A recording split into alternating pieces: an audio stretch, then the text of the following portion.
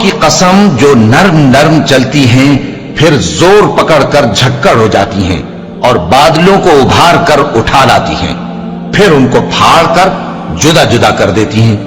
پھر فرشتوں کی قسم جو وحی لاتے ہیں تاکہ عذر دور کر دیا جائے یا ڈر سنا دیا جائے کہ جس فیصلے کا تم سے وعدہ کیا جاتا ہے وہ ہو کر رہے گا، جب تاروں کی چمک جاتی رہے اور جب آسمان میں شگاف پڑ جائیں اور جب پہاڑ ریزہ ریزہ کر کے اڑا دیے جائیں اور جب پیغمبروں کے لیے وقت مقرر کر دیا جائے، بھلا ان کاموں میں تاخیر کس لیے کی گئی؟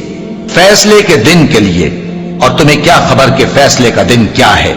اس دن جھٹلانے والوں کے لیے خرابی ہوگی۔ کیا ہم نے پہلے لوگوں کو ہلاک نہیں کر ڈالا تھا؟ پھر ہم ان پچھلوں کو بھی ان کے پیچھے بھیج دیتے ہیں۔